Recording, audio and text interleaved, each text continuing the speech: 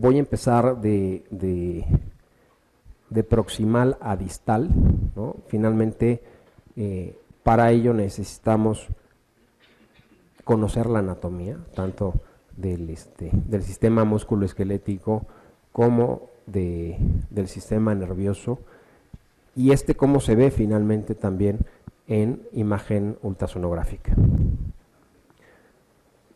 Requerimos tener el conocimiento de la anatomía, conocer la farmacología de los anestésicos locales, las dosis máximas de estos, el uso del neuroestimulador, que a pesar de tener un ultrasonido, muchas veces está indicado o es necesario el uso de un neuroestimulador junto con el ultrasonido, o sea, no es o uno u otro, ¿sí? Podemos utilizar ambos, y en algunas ocasiones, cuando queremos identificar o tenemos duda o queremos ser muy selectivos en un nervio sensitivo puramente o motor, nos podemos ayudar de un neuroestimulador. El ultrasonido sabemos que finalmente nos va a dar muchas ventajas. Dentro de ellas, la visualización directa del nervio o la referencia directa de la localización del nervio. O sea, tampoco no podemos ver nervios muy pequeños, ¿no? El fémur cutáneo muchas veces no lo visualizamos con el ultrasonido, pero sí podemos ver finalmente las referencias anatómicas mayores, ¿no?, que nos van a ayudar a depositar el anestésico local en el lugar donde queremos. Nos va a asegurar la distribución del anestésico local, que al igual que en el miembro superior, cuando finalmente tenemos varios troncos o tenemos una división del nervio, como vamos a ver en el nervio ciático, si no utilizamos el ultrasonido, probablemente pongamos el anestésico local una vez que ya se bifurcó, o lo ponemos un poquito más hacia el nervio tibial o lo ponemos más hacia el safeno. De esta manera podemos asegurarnos que tenemos una distribución adecuada del anestésico local alrededor o en la cercanía del nervio. Y esto nos va a disminuir la dosis que requerimos. Y al disminuirnos la dosis, también finalmente nos permite una de dos: o poner mayores bloqueos periféricos, o combinar finalmente, si es que vamos a requerir anestésicos locales, ¿no?, por otra vía.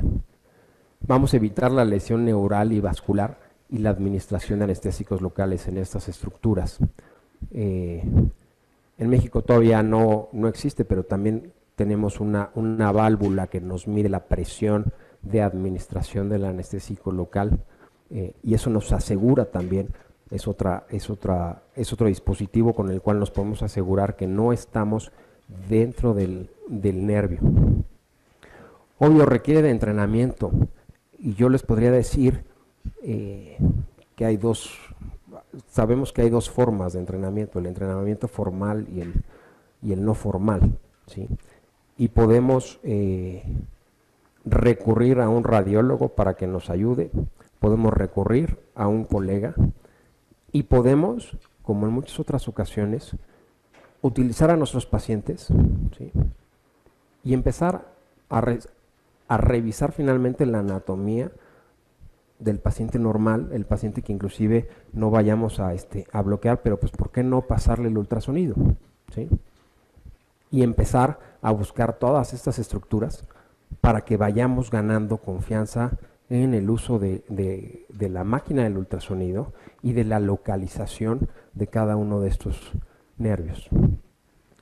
Y un equipo de adecuada resolución. Al igual que en los accesos vasculares, si nosotros no tenemos un equipo de ultrasonido adecuado, vamos a tener muchas dificultades, ¿no? Tampoco no podemos, hoy en día tenemos hay ultrasonidos portátiles, prácticamente del tamaño de un teléfono, que podrán ser una maravilla para ciertas cosas, ¿no? Pueden ser útiles para hacer el diagnóstico de primera instancia hasta de un neumotórax, o para ver el estado hemodinámico muy muy someramente de un paciente, pero no para realizar un procedimiento y no para localizar nervios periféricos. Existen ultrasonidos con software específicos que inclusive ayudan mucho a localizar el trayecto de la aguja que estamos nosotros utilizando, que disminuye un poco la dificultad para encontrar exactamente el ángulo en el cual podemos ver la imagen de nuestra aguja. Y bueno, finalmente también es una herramienta adicional, inclusive para los bloqueos del eje, ¿no? En aquellos pacientes en los cuales podemos tener dificultad o tienen cirugías de columna lumbar previas, ¿no? También lo podemos utilizar para bloqueos de neuroeje. Ahora les pregunto, de aquí, ¿quiénes de ustedes utilizan el anestesia regional? Uno. Ok. Pero de nervios periféricos, uno.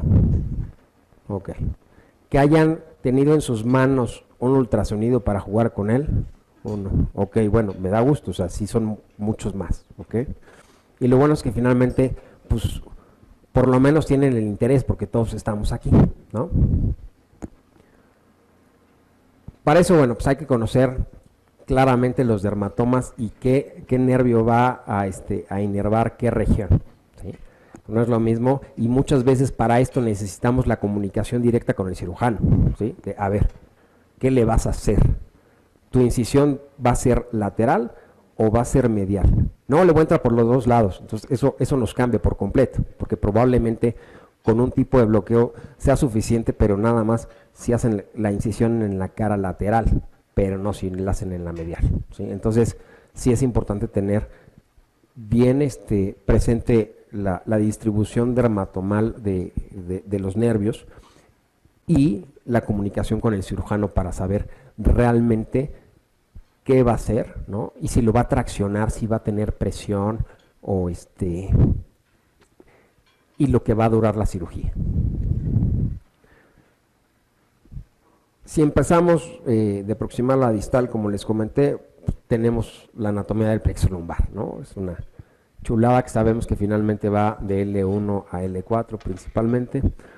El doctor Portela sí en algunas ocasiones recurre al bloqueo de plexo lumbar, hasta donde sé, por lo menos porque pide las agujas, ¿no? Y bueno, aquí tenemos referencias anatómicas importantes. La verdad es que aquí no me quiero meter mucho en la anatomía del plexo lumbar y específicamente en el bloqueo del plexo lumbar, ¿sí? Que finalmente se conoce o lo vamos a encontrar en un espacio que se conoce como compartimento del psoas, ¿sí? Aquí finalmente van a pasar esas raíces del plexo que finalmente van a dar origen al nervio femoral, al fémoro cutáneo y al obturador, y a muchas otras ramas más pequeñas que finalmente nos van a dar muy buena anestesia y analgesia, principalmente de la pierna, incluida la cara lateral de la pierna, hasta el pie, si es que lo combinamos con un bloqueo del nervio ciático, ¿sí? Tiene lo suyo, finalmente el compartimiento del psoas, al estar en cercanía con el neuroeje, es muy fácil que el anestésico local se vaya finalmente hacia el espacio peridural, ¿no? Y tengamos los efectos que no queremos, o que inclusive nos metamos en la punción al espacio subaracnoideo y que hagamos una administración intratecal del medicamento, y requiere mucho más training, ¿no? Es mucho más difícil tanto ver la anatomía del neuroeje como el compartimiento del psoas. Y aparte tenemos 3 o 4 técnicas distintas para acceder a este compartimento del psoas. Yo habitualmente coloco el ultrasonido, por eso es que ven el gel ahí arriba, ¿no? lo coloco en la parte lateral y hago la punción más o menos a L, en L4, a la altura de la espinosa de L4. ¿Sí? Pero lo voy a ver un poquito porque sí requiere mucho más entrenamiento. Realmente lo que nosotros vemos si colocamos el transductor del ultrasonido aquí arriba de manera transversal, vamos a ver, por supuesto, que piel, tejido celular subcutáneo, y después vamos a ver esta imagen que es como de conejo, donde vamos a ver la apófisis transversa del L4, vamos a ver el cuerpo vertebral, vamos a ver aquí la aorta, vamos a ver el riñón, que esa es otra de las posibles lesiones, funcionar el riñón, y cuando nosotros lo estamos viendo en el ultrasonido, también vamos a ver el movimiento del peritoneo, ¿sí? Entonces, pues nos podemos meter al peritoneo, le podemos dar al riñón, y la idea finalmente es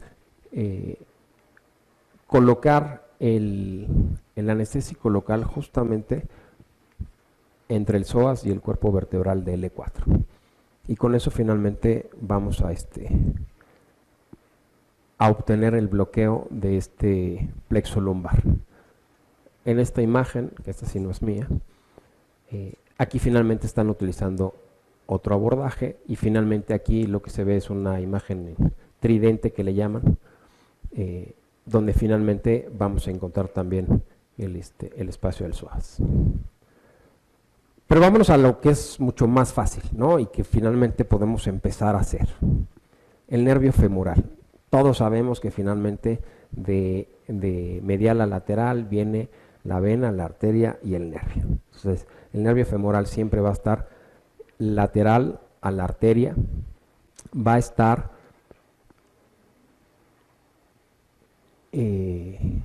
superficial al sartorio, y se va a encontrar en un triángulo, ¿sí? Que es el triángulo femoral. Cuando nosotros ponemos el ultrasonido, automáticamente vamos a ver los vasos sanguíneos y vamos a encontrar el nervio de manera hiperecoica.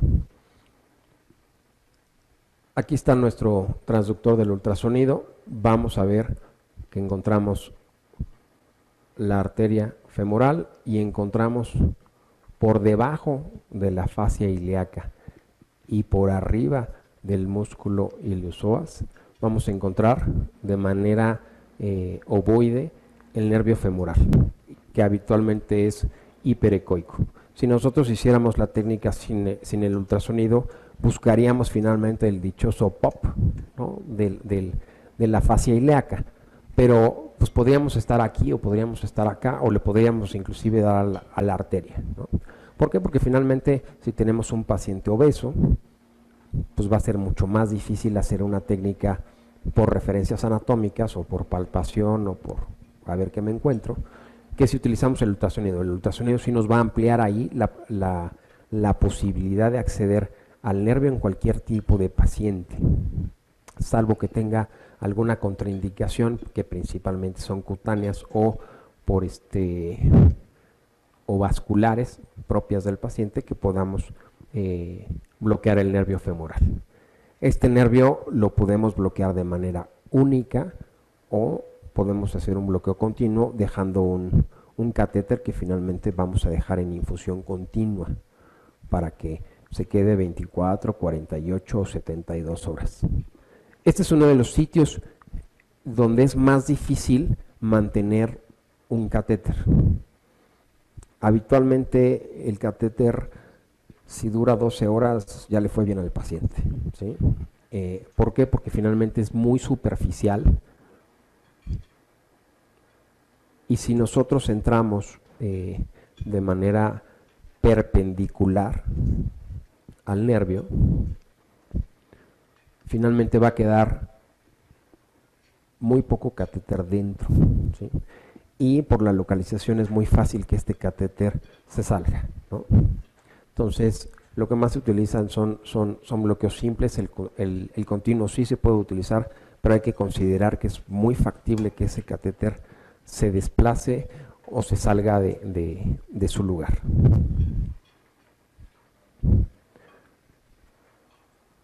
Habitualmente, casi igual que todos los bloqueos, la forma más fácil de visualizar nosotros la aguja y el nervio al mismo tiempo es utilizando la técnica en plano. Esto es finalmente colocando la aguja de manera longitudinal a nuestro transductor. Aquí aprovecho para comentar que junto con el nervio femoral podemos bloquear el fémoro cutáneo.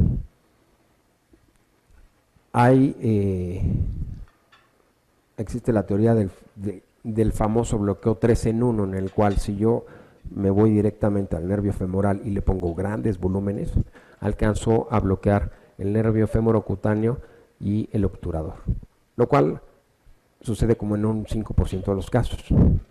Habitualmente es 2 en 1, podemos alcanzar a bloquear el femorocutáneo y el femoral, pero el obturador realmente en un 5% realmente se alcanza a bloquear.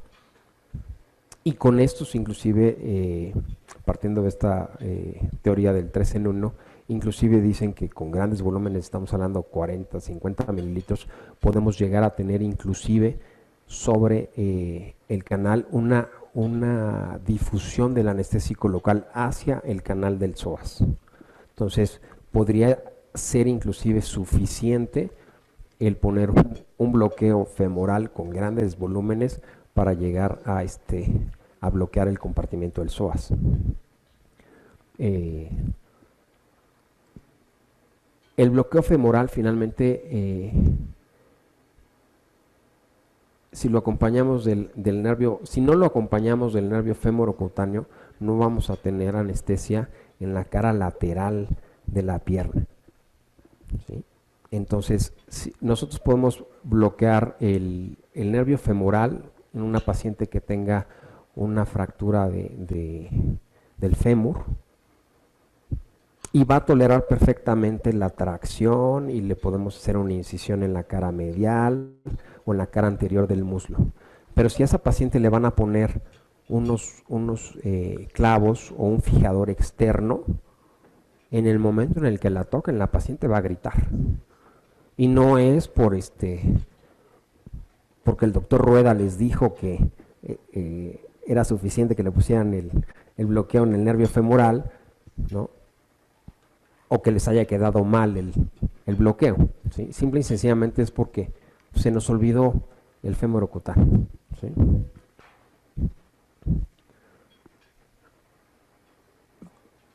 Aquí finalmente, bueno, aquí nuevamente pues tenemos la anatomía, tanto aquí está el nervio femoral, y este de aquí es el femorocutáneo, ¿sí? Que finalmente nos va a dar una inervación puramente sensitiva a toda esta cara de la pierna, ¿sí?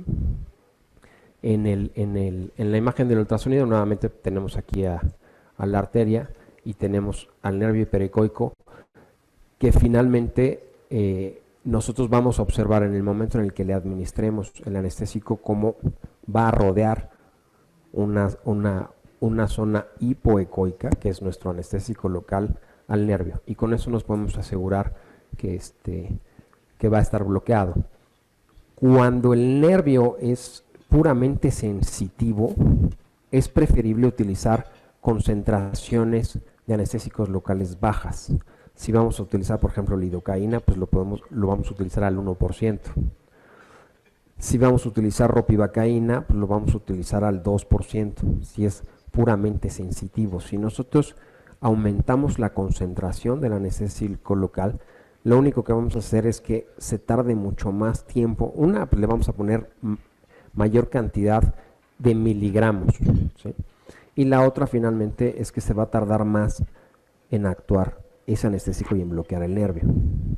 Entonces, cuando son más sensitivos que motores o puramente sensitivos, vamos a preferir siempre utilizar concentraciones bajas de anestésicos locales. Prácticamente yo en mi práctica utilizo casi siempre ropivacaína al 0.5%, y cuando son meramente sensitivos les pongo o lidocaína al 1% o ropivacaína al 2%.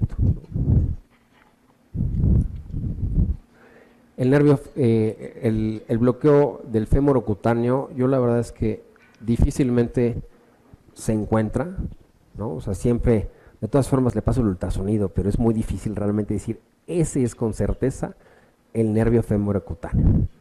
Pero es un lugar que finalmente se bloquea con 10 mililitros, o sea, con 10 mililitros de lidocaína al 1%, tenemos más que suficiente para bloquear toda la cara lateral, ¿sí? Entonces, esa paciente que llega a urgencias con una fractura y que la van a pasar a rayos X, o ya tiene una radiografía y sabemos que tiene, ¿no?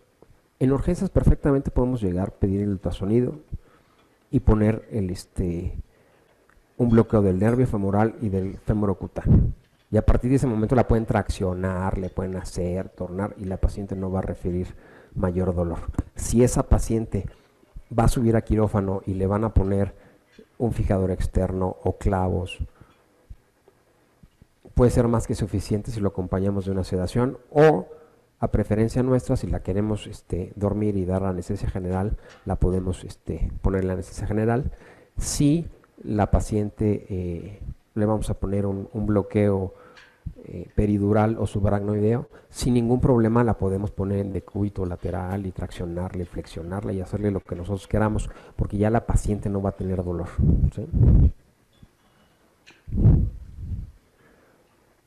Otra forma de bloquear ambos, ¿no?, que sería el bloqueo 2 en 1, ¿no?, es con el bloqueo de la fascia ilíaca, ¿sí?, en el cual habitualmente, vuelvo a lo mismo, hay algunos que dicen que se pueden bloquear los tres nervios, ¿no?, el fémur cutáneo, el femoral y el obturador. Difícilmente. Nuevamente, el obturador se encuentra mucho más lejos, ¿sí? Y aquí finalmente, realmente, lo único que vamos a tener son el tejido celular subcutáneo, tenemos la fascia lata y tenemos la fascia ilíaca. Y entonces, entre esas dos fascias, la fascia lata y la fascia ilíaca, es donde nosotros vamos a depositar nuestro anestésico local.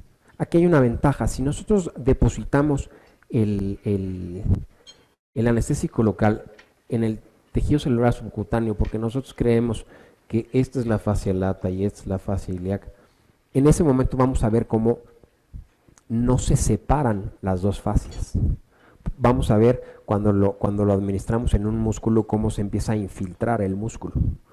Cuando estamos realmente entre las dos fascias, esto automáticamente se difunde y literal vemos cómo empieza a difundirse el anestésico local de manera longitudinal a estas fascias.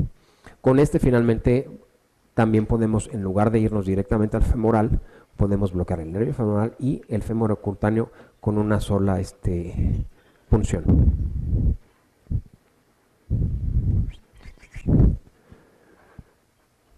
Vamos para abajo, ¿no? Después del triángulo femoral y antes del triángulo o rombo popliteo,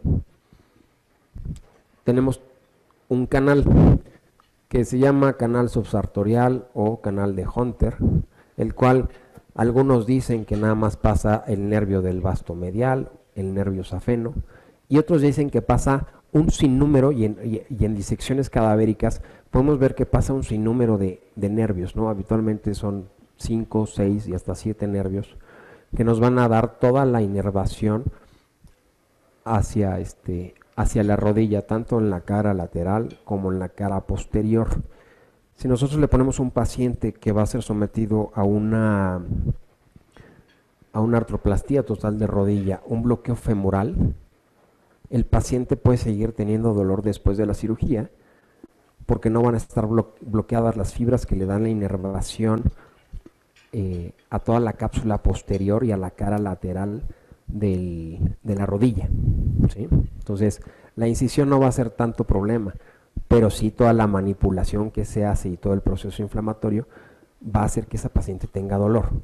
No es que nuestro bloqueo esté mal, simple y sencillamente que pues, hay que bloquear lo que necesitamos bloquear, ¿sí?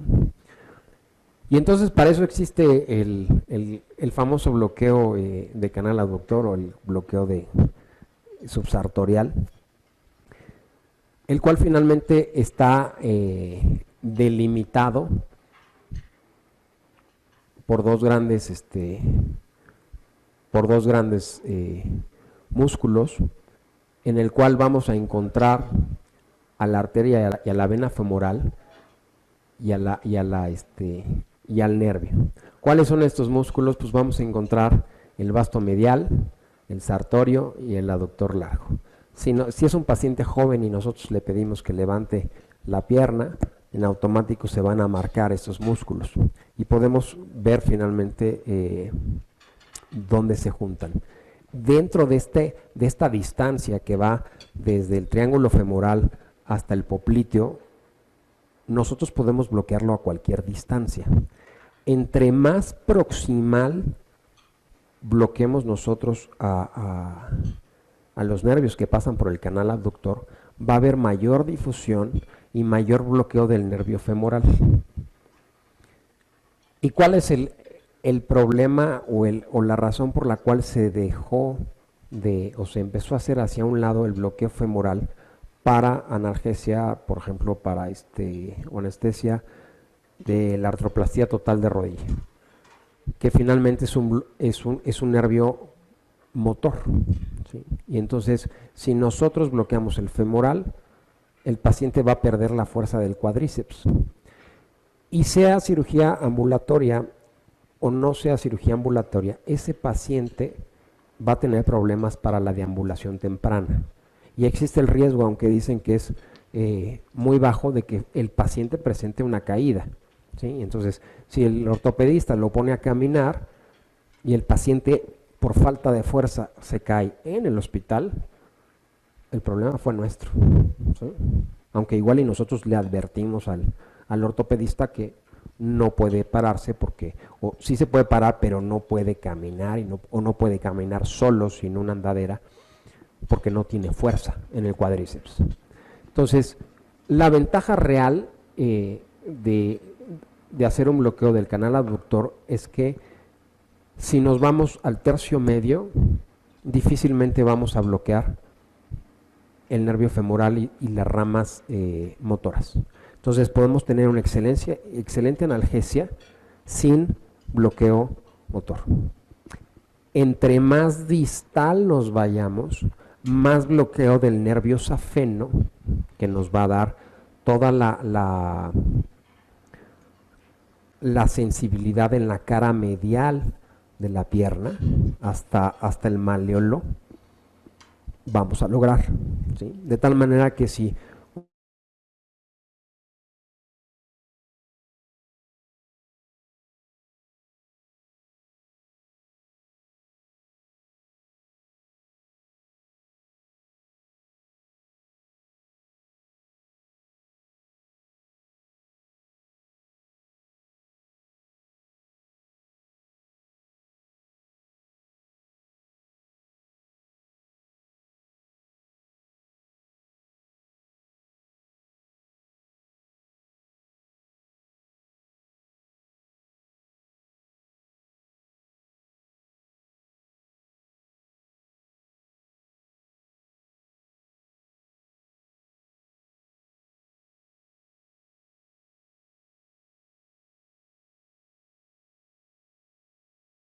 susceptible, mujer, ¿no? Sin hacer distinción de género, pero que pudiera ser un poquito más susceptible, o un hombre que sea bastante chillón.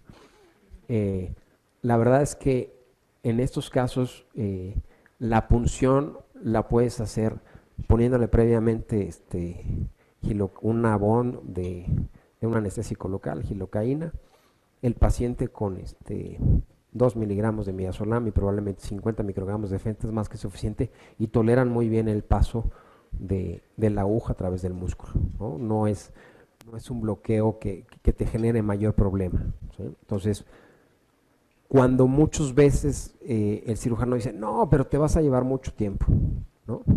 La verdad es que una vez que uno tiene práctica es bastante rápido y el tiempo en el cual actúa el anestésico local también, ¿sí? A diferencia de cuando no utilizamos un ultrasonido y pues ahí espérate tantito, no, pues va media hora, a ver, chinto, a ella le duele, no, espérate un poquito más y pues resulta que no. no estaba bien localizado el punto, ¿no? Entonces aquí tenemos esa ventaja. Lo podemos hacer también en un área de preoperatorio sin ningún problema. Llegamos con el ultrasonido, lo localizamos. Yo habitualmente uso Cloraprep para la asepsia. Ponemos el abón de digilocaína y fin de la historia, ¿no? Entonces no necesitamos mayor cosa, ni tenemos un riesgo que amerite el hacer este tipo de bloqueos en un quirófano forzosamente. Aquí está la imagen, una de las imágenes. Obvio, la imagen va cambiando conforme nos vamos de proximal a distal, pero el sartorio siempre dicen que parece como un barco, ¿no? Y sí, si nosotros hiciéramos un poquito la imagen hacia la izquierda, veríamos tal cual esto mucho más grande, pero es prácticamente como un barco. Vemos, dependiendo de la profundidad a la que le pongamos el ultrasonido, el fémur, y entre el vasto medial y por debajo del sartorio es donde realmente está el canal abductor. Y habitualmente ahí vamos a encontrar de referencia la arteria femoral. Entonces no hay pierde. Habitualmente vamos a poner el anestésico local lateral a la arteria femoral y hacia el sartorio, ¿no? Este caso es tiene, si no mal recuerdo, 35 años más o menos. Es un hombre que hace 2 años le habían diagnosticado un tumor o había entrado como quiste también. Le hicieron una resección, una heridototota de aquí hasta acá arriba más o menos. En teoría se lo resecaron y 2 años después regresó con otro ortopedista con el que yo trabajo y lo metimos a cirugía. Entonces le dije, a ver, ¿qué le vas a hacer, no? O sea, me enseñó la resonancia. Le dije, ¿y por dónde le vas a entrar, no? Porque yo dije, bueno, aquí le pueden entrar por cualquier lado, ¿no? Me dijo, no, voy a hacer una incisión lateral. Entonces, a este paciente, pero me dice, pero le voy a rascar, ¿no? Y le voy a quitar todo. Entonces dije, pues sí, es un boquetotote, ¿no? El que le van a hacer. Entonces, finalmente, aquí las opciones pueden ser, si nosotros le ponemos un bloqueo del fémur cutáneo, vamos a lograrlo bloquear, pero más o menos hasta aquí, ¿no? Es probablemente parte de la incisión no iba a estar cubierta, ¿sí? Si nosotros le ponemos un bloqueo femoral, le vamos a reducir la fuerza del cuádriceps, ¿no? Y ese paciente pues realmente era ambulatorio, ¿no? Realmente se le hizo mini trépano, se metió una cucharilla y después se rellenó con matriz ósea, ¿no? Y ahí terminó la cirugía. Y entonces lo que hice en este paciente fue ponerle un bloqueo del canal abductor y bloquearle el fémur cutáneo, ¿sí? Eso más midazolam y fentanil fue suficiente para operar al paciente, ¿no? En caso de reconstrucciones de ligamento anterior, habitualmente lo que utilizo es el bloqueo de canal abductor y habitualmente los pacientes se quedan con un catéter. El catéter habitualmente queda un poquito arriba o queda por debajo del brazalete de la isquemia, ¿no? De tal manera que no le estorba en el campo quirúrgico al cirujano.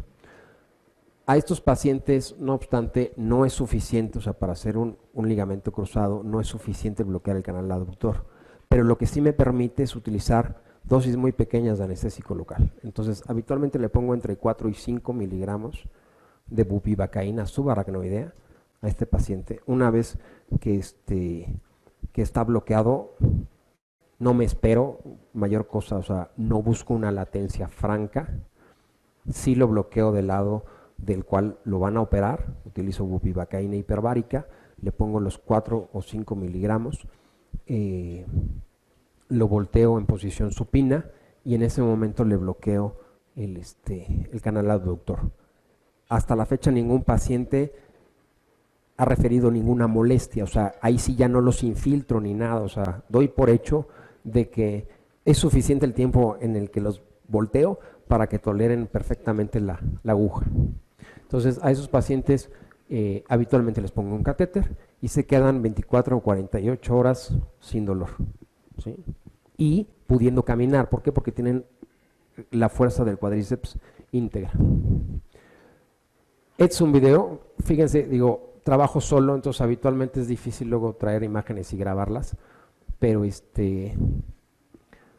pero ahí ya le puse vamos a ver a ver, ahí les va, a ver si corre otra vez, ahí está, ¿no? Entonces, busco finalmente el nervio, habitualmente ahí entro de manera sagital para que entre más fácil el catéter,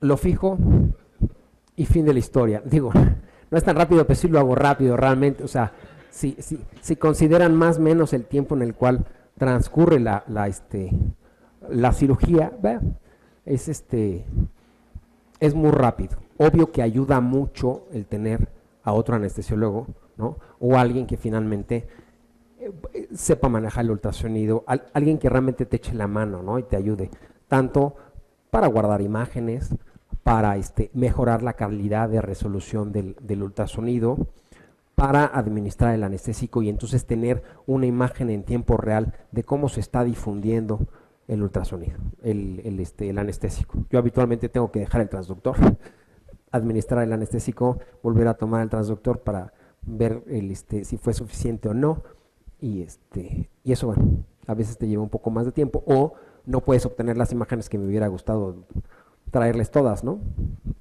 Okay. Bueno, pues paciente le terminan poniendo su prótesis, ¿no? Son expertos mis muchachos, ¿no? Rayos X quedó de 10 y a cerrar, ¿no? Y ahorita van a ver finalmente que si se fijan el catéter no se ve porque queda por debajo del quide, ¿no? O ligeramente arriba, se cubre. Ya llego yo, ¿no?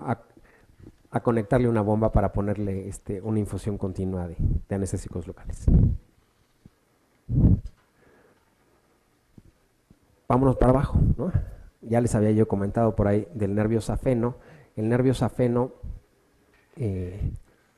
habitualmente lo bloqueo en la cara medial de la rodilla antes de que llegue a la tibia. Se vuelve muy superficial. Pueden ver que es realmente superficial y está entre el sartorio y el músculo medial.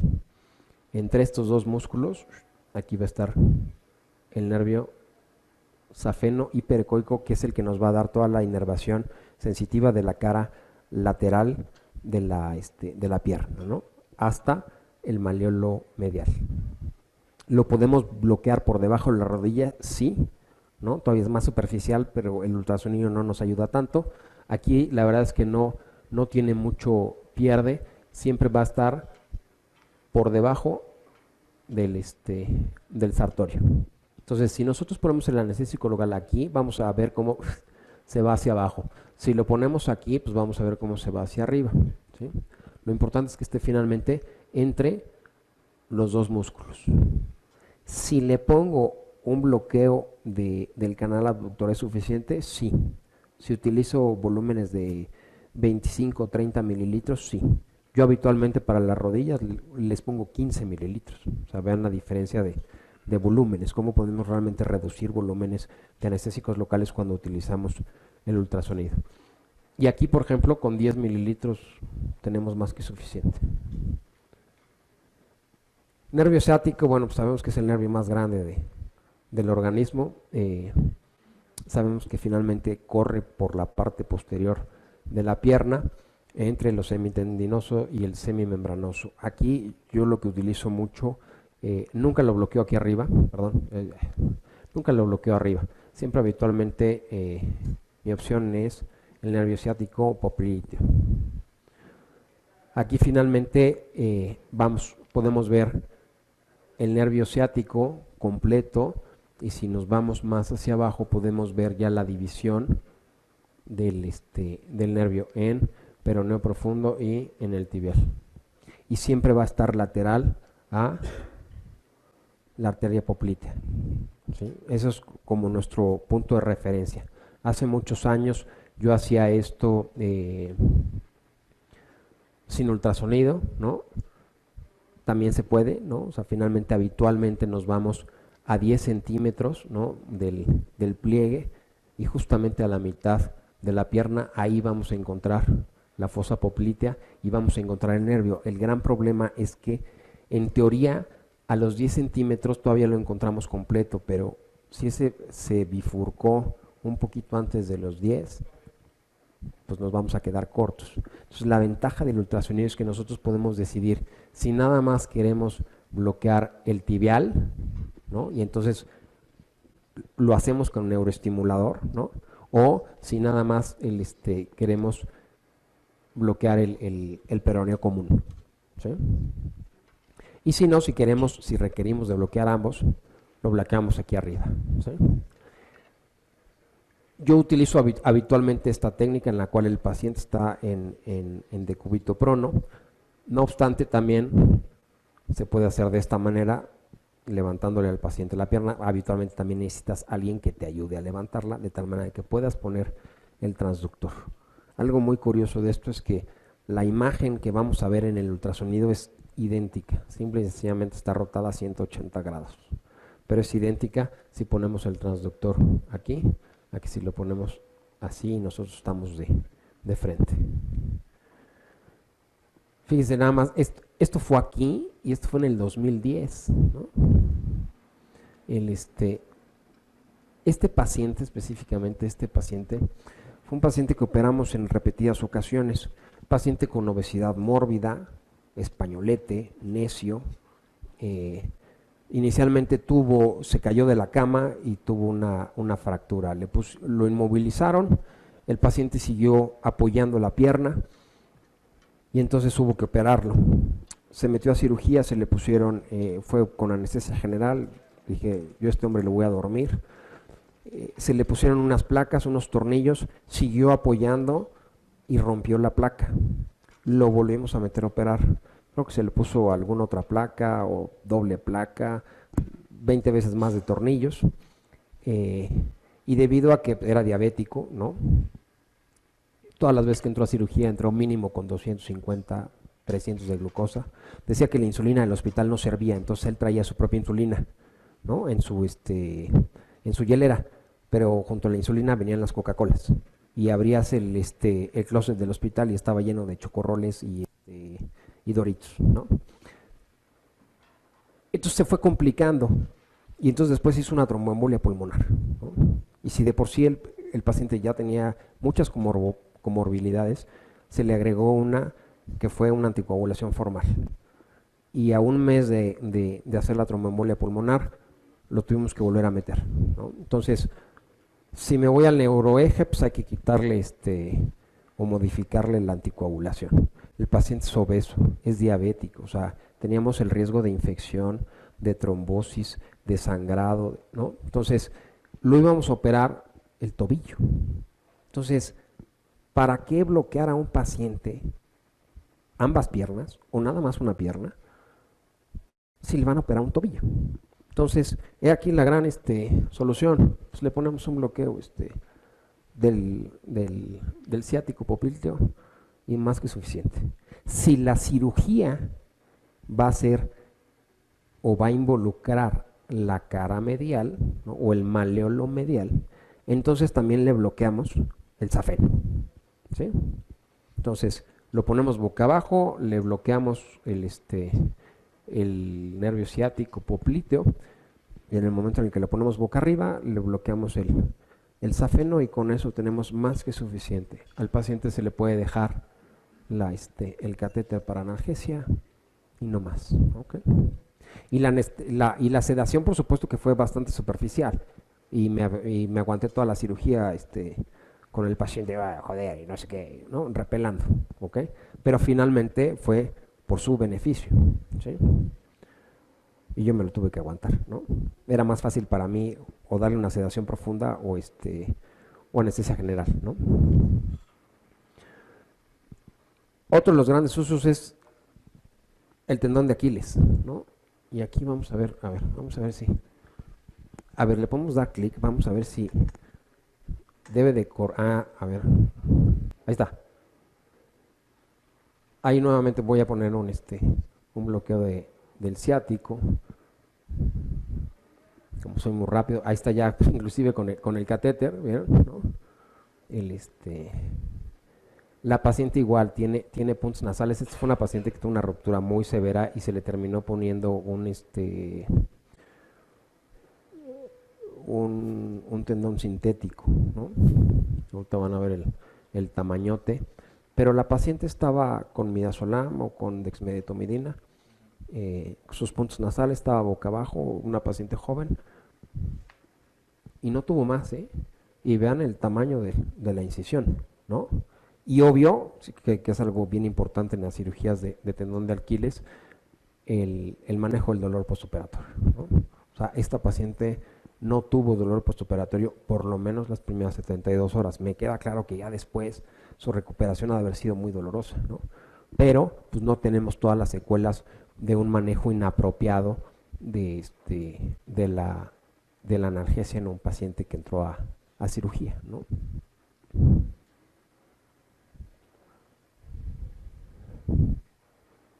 Los cirujanos son lentos, entonces se tardan más que yo. Pero realmente vean probablemente me tarde 5 minutos en poner un bloqueo, ¿no?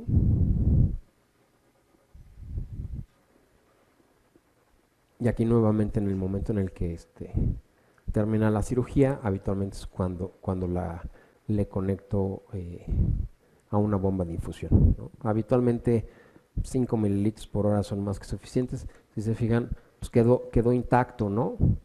El catéter nadie ni lo movió ni nada, tiene 2 Steri-Strips, tiene un Tegaderm y la etiqueta de que es un bloqueo nervio periférico. Sí. 5 mililitros de qué? De ropivacaína al 0.5%. Sí. Next. Bueno. Luego nos vamos a las cosas feas, ¿no? Pero vámonos ahora más distal. Nos vamos con el pie, tobillo y pie. Si hay algo que también podemos hacer es el mismo bloqueo. Este también es un bloqueo popliteo. Este es un paciente obeso mórbido también. ¿Se acuerdan del háblele de Telmex? No, pues es él, ¿no? Paciente muy diabético, ¿no? Con obesidad mórbida, también bastante necio, ¿no? Con, obvio, secuelas de una diabetes muy mal manejada. Entonces, el paciente entró como tal a amputación del segundo dedo, vía aérea difícil, paciente difícil, demasiada riesgo de complicaciones. Entonces, este paciente le puse un bloqueo, ahí estuvo platicando toda la cirugía, ¿no? Porque como le gusta platicar a este paciente, vean el tamaño de la cirugía y el paciente no tuvo ninguna molestia. Ahora sí, yéndonos más para abajo, igual, todo lo que es cirugía de pie se puede resolver con un bloqueo de tobillo, ¿no? Al doctor Mendoza le ha tocado entrar conmigo, ¿va? Ya le puede constar que pues, es más que suficiente el poner un bloqueo de tobillo. Aquí finalmente vamos a bloquear 5 nervios, de los cuales 2 son profundos y 3 son superficiales, ¿no? Nuevamente, nada más hay que conocer la anatomía. ¿Tenemos que bloquear todos? Sí. ¿Se puede utilizar isquemia? Sí. De hecho, con el bloqueo del peroneo profundo puede ser suficiente para que toleren un SMARCH y que tengamos isquemia. Si finalmente se van a ir al muslo a ponerle isquemia, probablemente entonces sí necesitamos más fentanil y una sedación más profunda para que la toleren. Realmente los nervios que vamos a bloquear es el peroneo profundo, el safeno interno, el peroneo superficial, el tibial posterior y el sural. Con eso vamos a bloquear la totalidad del pie. ¿Y podemos usar el ultrasonido? Sí, incluso para los que son superficiales. Es un poquito difícil ver los superficiales, los profundos ayuda mucho, los otros los podemos utilizar por referencia anatómica, son tan superficiales que con muy poco anestésico local los podemos bloquear. Y aquí habitualmente utilizo 4 mililitros por nervio, ¿sí? De tal manera que una jeringa de 20 es suficiente para bloquear todo el pie. En el caso del tibial posterior, finalmente, nuestro punto de mayor referencia va a ser la arteria tibial posterior, ¿sí? Sabemos que está la arteria, está la vena y abajo está el nervio. Y esto es a la altura del malleolo medial. El peroneo profundo, nuestro punto de referencia y donde habitualmente si lo hacemos sin la ayuda del ultrasonido, lo que vamos a hacer es poner un abanico, ¿no?, alrededor de la arteria tibial anterior, ¿sí? Entonces, si nosotros ponemos un abanico o cruzamos una línea que va de malleolo externo a malleolo interno, ahí forzosamente vamos a bloquear el nervio. Pero el ultrasonido hace que finalmente lo bloqueemos con mucho más seguridad y nos evitemos la punción de la arteria y que se le haga un hematoma, ¿no? El peroneo superficial, como pueden ver, es muy superficial y prácticamente está a menos de 1 centímetro de la tibia, ¿no? Entonces, realmente lo que necesitamos es introducir la aguja, contactar el peroné, retirarla y administrar el anestésico local cuando lo hacemos por referencia. Pero si tenemos el ultrasonido, perfectamente podemos evitarnos el tocar el hueso y eso le disminuye la molestia al paciente. El que le den 5 piquetes, si yo le digo al paciente le voy a dar 5 piquetes, bueno, puede decir qué horror, ¿no? Pero si el paciente tiene midazolam y fentanilo, tiene propofol, el paciente ni se entera, ¿okay? El nervio sural siempre es por arriba del malleolo y aquí nuestras siguientes referencias van a ser las venas safenas pequeñas, tanto la externa como la interna para los respectivos nervios, en el caso del sural y en el caso del safeno, nuevamente es por arriba del malleolo y nuestro punto de referencia también son los vasos. Para una artroscopía de tobillo y una colocación de una prótesis para modificar el arco, bastó con ponerle a esta paciente un bloqueo de tobillo. La paciente estaba con propofol, sus puntos nasales, y primero se hizo la artroscopía de tobillo y posteriormente se metió esta prótesis, ¿no? A la paciente le fue muy bien. Y creo que si nosotros nos dedicamos un poquito, ¿no?, a tratar de meternos en esto del ultrasonido y de los bloqueos del nervio periférico, le puede ir muy bien a los pacientes. Muchas gracias a todos.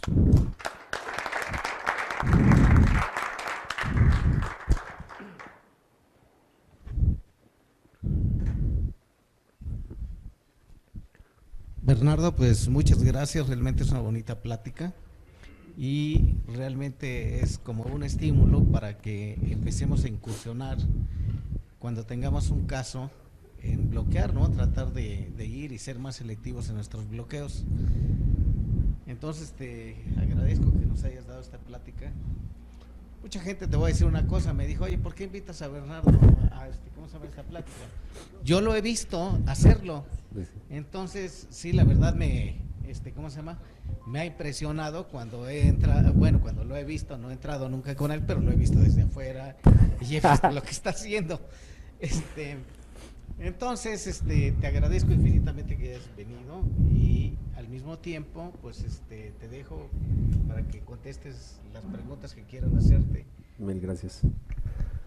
Mil gracias y bueno, ya en alguna ocasión el doctor Portela, en algún momento me lo pidió, la verdad es que estoy abierto a que entren, ¿no? Cuando me vean por ahí, o a que me llamen y me digan, oigan, échame la mano, con todo el gusto del mundo, ¿no?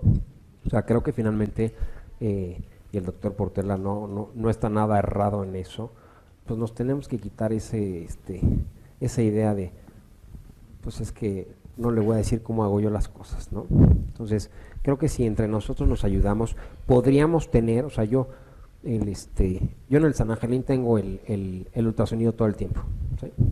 Entonces, ahí está, lo cual facilita las cosas, ¿no? ¿Y cómo lo logré? Pues, ¿saben qué? Pues yo necesito el ultrasonido aquí porque pues en todas las cirugías que entro, en todas, ¿no? Ya de repente, oiga, doctor, ¿va a utilizar el ultrasonido? No, hoy no. Y de todas formas ahí se queda, ¿no? Igual y pues para retirar una uña, pues tampoco. Pero pero prácticamente pues igual y no soy el mejor, pero por lo menos sí les podría decir que pongo entre 20 y 25 bloqueos al mes, ¿no? Entonces, y si le calculamos fechas, pues ya llevo algunos, ¿no? ¿Puedo mejorar? Sí, y me gustaría que todavía alguien me enseñara más, ¿no? Pero con todo gusto les ayudo, ¿no? ¿Te puedo hacer 2 preguntas? Sí, las que sean. La primera, ¿por qué sería fundamental un bloqueo selectivo a más de hacer cosas más sencillas como un bloqueo subaracnoideo o un peridural? Primera pregunta. Segunda pregunta, ¿las dosis que utilizas para hacer un bloqueo selectivo son igual o más altas que poner un bloqueo subaracnoideo o un peridural? Esas son mis 2 preguntas. Quisiera saber por qué. Bueno, para empezar, el meternos al neuroeje conlleva las complicaciones del neuroeje o los riesgos, ¿no? El paciente puede hacer retención urinaria, ¿no? Siendo joven o siendo adulto, ¿no? El paciente puede tener una punción inadvertida de dura madre si es que es peridural, ¿no? Y la verdad es que aquí, para muchos pacientes, esa sensación de tener ambas piernas o nada más una pierna, Yo acabo de tener una bloqueada, es muy desagradable cuando empiezan ya con el hormigueo y se desesperan, y si finalmente pues lo van a operar del tobillo, bloqueale el tobillo nada más. Y el paciente lo puedes pasar directo del quirófano a su cuarto o a recuperación, que esté ahí media hora, 15 minutos, una hora, y el paciente no va a tener dolor, no va a tener esa sensación, y te vas a evitar muchos riesgos. La dosis, pues es muy distinto poner, o sea, es igual que si me dices, es que para sedar al paciente le estás poniendo 100 microgramos de fentanil, y yo le pongo 10 microgramos subaracnoideos, sí, son 2 cosas muy distintas y el efecto es muy distinto, ¿no? Entonces, ahí sí ya también la dosis no es la misma. Ok, pero ¿no sería más fácil? ¿No sería más sencillo? O sea, yo lo que veo es un gran trabajo, con mucha atención, con muchas ganas de hacer las cosas, pero ¿no sería más sencillo poner un bloqueo peridural y punto? Dejarle una bombita y se acabó. Y ya, no sería más fácil, digo. Yo pregunto. Cuando ya lo no estoy criticando. Cuando ya lo manejas finalmente, o sea, al principio sí probablemente te lleve más tiempo, ¿no? Y tengas al cirujano encima, ¿no? Aunque o sea, tienes la ventaja de que lo puedes hacer en perioperatorio, ¿sí? Pero después finalmente con la práctica es algo que haces muy rápido, ¿sí? Entonces, a eso iba yo. O sea, no te genera más. Y obvio, o sea, para mí, yo llegar aquí y ver, vamos a operar un tobillo, ¿saben qué? Pidan el ultrasonido. Ir al almacén, buscar la aguja, es que nada más tenemos de 50 milímetros, no, la necesito de 100, oye, no hay catéteres, no hay. Entonces, ahí sí se vuelve problemático, pero si todos los días nosotros procuráramos hacer este tipo de bloqueos, pues probablemente tendríamos más rápido un ultrasonido, tengamos un ultrasonido en el quirófano, y entonces es algo mucho más dinámico. Bueno, y no te lleva tiempo. Del Hospital Ángeles del Pedregal, pero si te vas a San Pancho, por ejemplo. No, por eso, ahí finalmente no. Y no obstante, el hacer uso del ultrasonido también te genera confianza y conocimiento de tal manera que puedas llegar al San Pancho, ¿no? Al hospital de Conchita Pérez, probablemente nada más con un neuroestimulador o probablemente nada más por anatomía, y las probabilidades de que ese bloqueo esté bien puesto van a ser mucho mayores que si no tuvieras este training previo con el ultrasonido. Bueno, mira, a eso quería llegar yo. O sea, tú en un momento dado, pasando el tiempo, digamos 5 o 10 años, ¿tú podrías poner un bloqueo selectivo sin el ultrasonido? Yo creo que sí, ¿no? Yo creo que sí. Porque ya yo creo que caería, es que toque, la variabilidad anatómica ahí es donde, no, o sea, con toda la experiencia, pues se me podrían cosas ir. Que siempre están en su lugar. Es mucho menos factible, sí, ¿no? Pero si lo abordo el problema del otro lado, puede haber gente que diga, yo llevo 50 años poniendo bloqueos y no. Pero sí se puede, o sea, ¿sí crees que con el entrenamiento puedas llegar a ese punto? Digo, es No. una pregunta.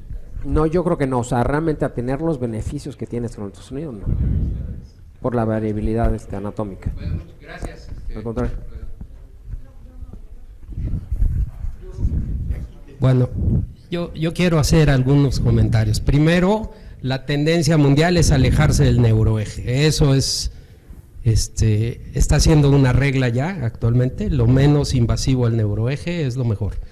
Segundo, bueno, pues las dosis sí no pueden compararse. Las dosis que se ocupan en un subaracnoideo son muchísimo inferiores a lo que se aplica en un bloqueo selectivo. No así la absorción o el efecto a nivel central. Pero tiene una ventaja el selectivo cuando se usa con el ultrasonido, que está siendo ahora el estándar de oro en el manejo, y que es que permite saber dónde estoy depositando el anestésico.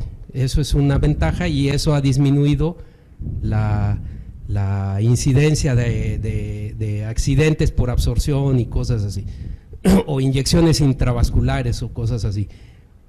Lo que sí yo creo que es muy importante es lo que decía Alberto Vázquez Lomas en un curso que tuvimos, que era la doble verificación, que era el empleo del ultrasonido y a la vez de la neuroestimulación cuando se podía, ¿no?, aplicar. Bueno, en miembro pélvico yo creo que es una ventaja eso de la neuroestimulación, porque estamos hablando de una gran cantidad de nervios, ¿no? Pero yo creo que sí la tendencia está siendo alejarse del neuroeje, y esto lo que requiere es habilidades y destrezas, ¿no?, finalmente. Pero de que se puede hacer sin ultrasonido y sin neuroestimulador, sí, pues a mí así me lo enseñaba un maestro, ¿no?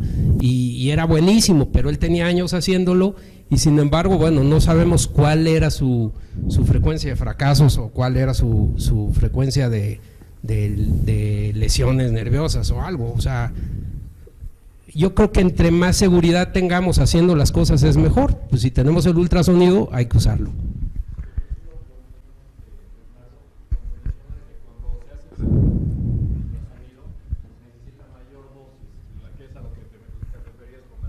Menor. No, menor, o sea, con el uso del ultrasonido vas a utilizar siempre menor. Con el ultrasonido es menor dosis. Ajá. Y cuando lo haces a ciegas. Ah, sí, a ciegas es mucho más volumen, sí, y ya no sabes inclusive a dónde va.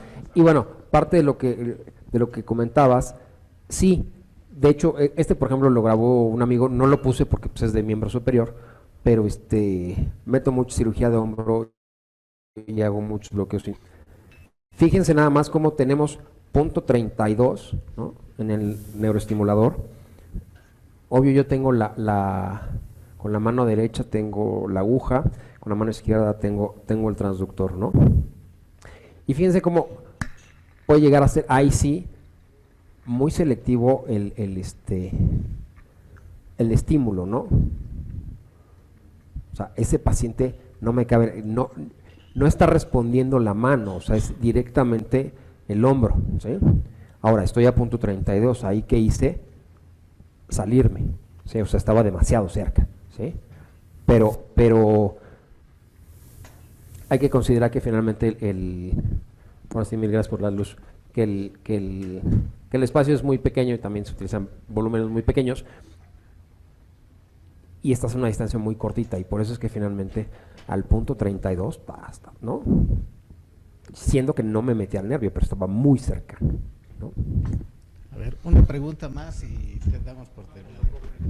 No, espérate, bueno, aquí se le da todo, no los limites, o sea, puede haber más preguntas, no hay problema.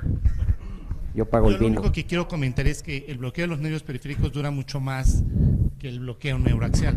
Esa es otra de las ventajas Sí. que tiene. Entonces le estás dejando más analgesia, más tiempo de analgesia.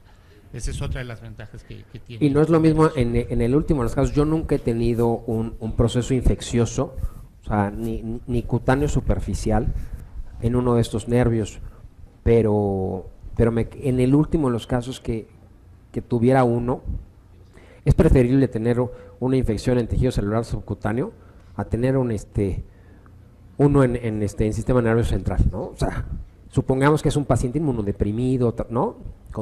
Con el mayor riesgo de infección. Sí, doctor. Solo un comentario al doctor Gamillo en base a mi práctica.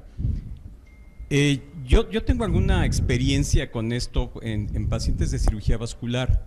Nosotros usamos mucho este tipo de anestesia en amputaciones supracondilias, en pie diabético y en cirugía vascular, en pacientes muy comprometidos, en ancianos muy dados al cuazo, en diabéticos muy delicados, donde el bloqueo peridural o subaracnoideo pudiéramos esperar alguna repercusión hemodinámica no deseable. Sí usamos mucho este tipo de anestesia para supracondilias, pie diabético, injertos, y al paciente se le invade muy poco, tiene muy poca repercusión y una sedación mínima. Esa sería indudablemente la ventaja que le vería yo al bloqueo troncular. En mi caso, afortunadamente, mi cirujano vascular hace los bloqueos, yo no tengo mucha experiencia, pero él sí, él me los bloquea perfecto, yo los cedo tantito y salimos muy bien con pacientes muy comprometidos. ¿Sí? Esto es lo que quería comentar. Pues cordialmente invitado a agarrar el equipo de ultrasonido y, ¿no? Ahora, adquirir la experiencia, ¿no? Para defendiendo hacerlo. al San Pancho, hasta en el San Pancho hay ultrasonido. Nosotros operamos columna en el San Pancho con neuromonitoreo, hacemos ganglios centinela, o sea. Sí, la verdad es que, digo, Sí y se finalmente mencioné lo del equipo porque Pero en cualquier lugar hay ultrasonido. de hecho estaba yo en un congreso hace 15 días, creo que fue el de anestesia regional, y bueno, pues ahí está toda la industria que vende los ultrasonidos y no es lo mismo, o sea, hay que saber realmente para qué quiere uno el ultrasonido. No es lo mismo el portátil que trae el vascular para ¿no? Meter un Fogarty que para localizar un nervio, ¿no? Entonces ahí sí la resolución es bien importante, ¿no? Sí, adelante. Sí, nada más para comentar. Uno, hay ultrasonido todo el tiempo en el quirófano central. Lo tienen médicos y te sirve igual de bien. No, la verdad es que difiero, ¿no? También la puedes resolución diferir. que tiene ese en específico es no mala lo que le sigue. Bueno, pero mira, yo creo que, por ejemplo, yo lo uso todos los días. A lo mejor un día sí y un día no, un día sí y un día no, un día sí y un día no. Y hay un ultrasonido. Y si no, lo puedes pedir. Nomás es cosa de pedirlo. Finalmente lo pido. Y el de aquí, eso sí, o sea, el del San Angelino es un Philips y se tarda 10 minutos en prender, ¿no?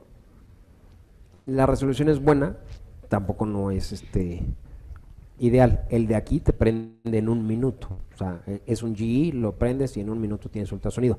Pero hay que pedirlo y lo suben, ¿no? Sí, y la Lo otra, ideal sería que estudiar todo el tiempo. y la otra es que somos lo que todos hacemos. Si quieres catéteres, pídelos. Alguna vez los tuvimos, Sí, ¿sí o no? tuvimos, sí, Alguna claro. vez los tuvimos, Sí, sí. ¿no? No, sigue habiendo las agujas. Las agujas sí, de hecho, pero por Sigue ejemplo, habiendo. aquí nada más hay Pajunk, no hay Stimuplex.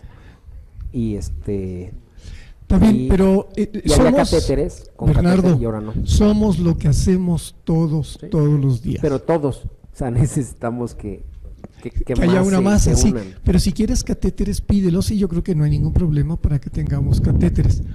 Es una responsabilidad de todos ir mejorando nuestro departamento, que es otra vez de De todos, todos.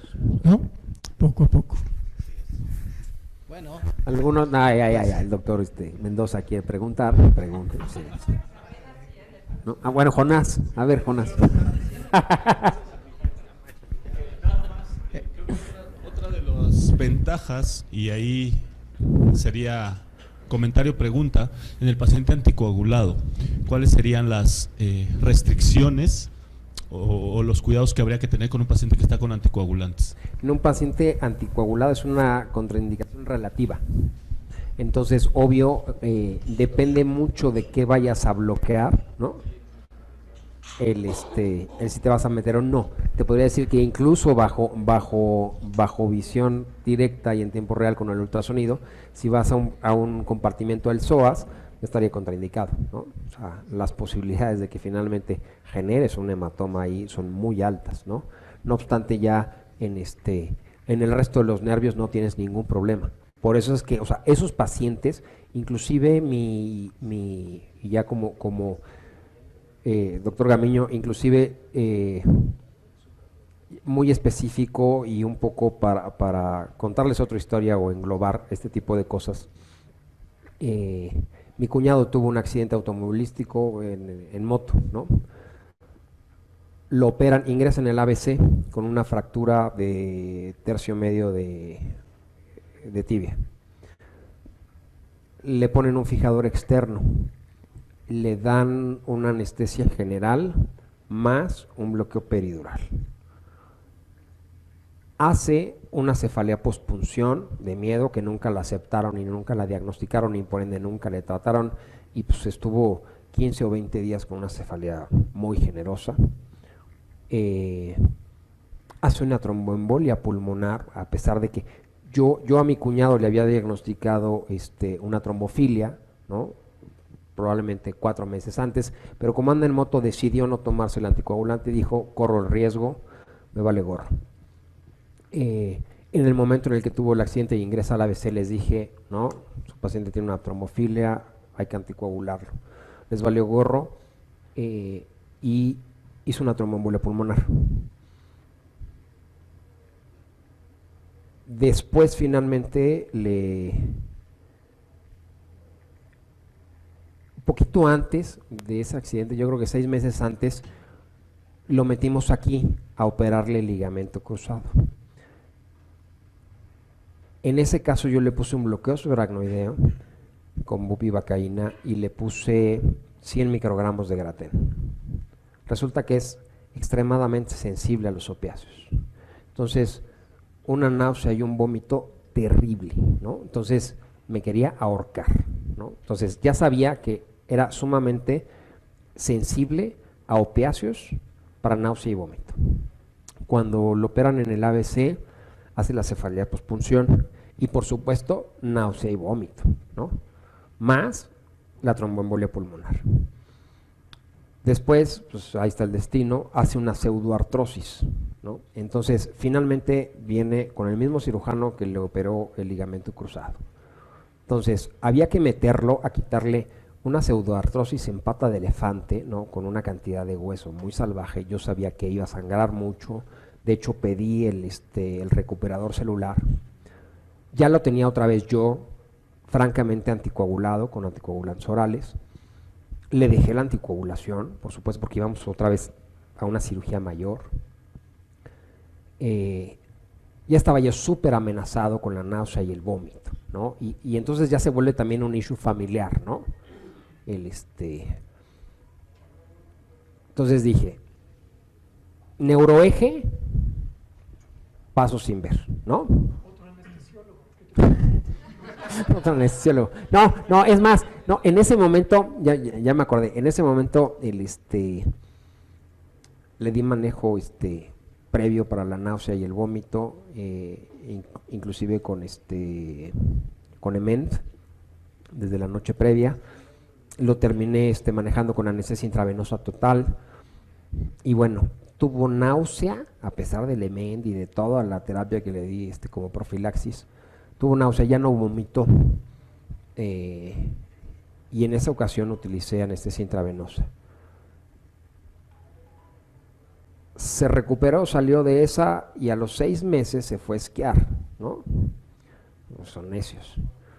Y entonces tuvo una luxación que finalmente requirió el cierre de la sindesmosis. Entonces nuevamente estaba yo muy amenazado porque aparte de mi cuñado, ¿tú lo conoces? Bueno, mi cuñado, digo, aquí el doctor Mendoza puede decirles, pero pues mide un 85, es abogado y prepotente y así, ¿no? Entonces estaba yo amenazado, literalmente, así de, te mato, ¿no? No, bueno, porque pues ya nadie más le iba a entrar. Pero entonces estaba yo muy amenazado para que no tuviera náusea, para que no tuviera cefalea, ¿sí? Estaba francamente anticoagulado, ¿no? Y entonces, y le iban a poner nada más un Tyro. Entonces le dije, no te preocupes, ¿no? Entonces le puse un bloqueo del popliteo, le puse un bloqueo del safeno, él bajo sedación, y le fue de maravilla. Saliendo de la cirugía, el ortopedista le había dicho, si esto no funciona, te vamos a tener que hacer una cirugía mayor. Y entonces literal me dijo, eres mi ídolo, ¿no? O sea, ahí sí, si me quieres operar otra vez, así, pero con esta técnica. Si me puedes operar con esta técnica, bien. Si no, olvídalo, no me opero. O sea, le he ido tan mal con el resto de las cirugías que solo finalmente la solución ahí fue un bloqueo y estaba francamente anticoagulado, o sea, lo tenía con Xarelto a dosis full, ¿no? Sí, libre de náusea y vómito, libre del riesgo de que hiciera otra cefalea pospunción, de que hiciera un bloqueo incompleto por si se formó alguna cicatriz, ¿no? La verdad es que aquí sí fue la solución. Mira, nada más una cosa, para el bloqueo peridural, si tú tienes 1% de complicación, estás haciendo buena práctica. Si tú tienes más de eso, tu práctica es mala y debes de revisar tu técnica. Eso es lo que dice el programa. Hay series que dicen que hay series que están de la madre, hermanos inventadas después de hasta del 8%. Y de toda, bueno, en el último de los casos, ¿y si es el cuñado?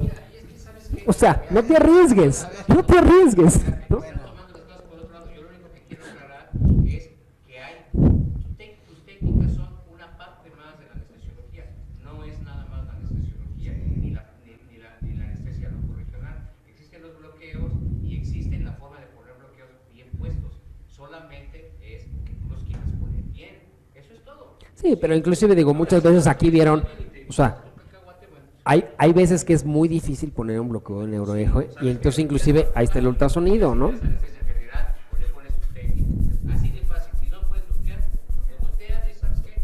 No puedo bloquearlo, lo siento, te duermo, o lo que sea. O sea, hay que tener también autocrítica, hay que también tomar la decisión de decir, aquí no se puede, lo siento, no todos los pacientes pueden bloquear.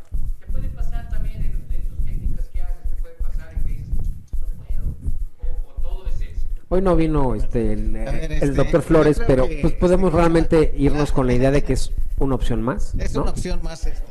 Que hay que considerarla y que muchas veces puede ser salvatorio, como en el caso de mi cuñado, ¿no? Bueno, Mil gracias. Yo creo que muchas gracias, Bernardo.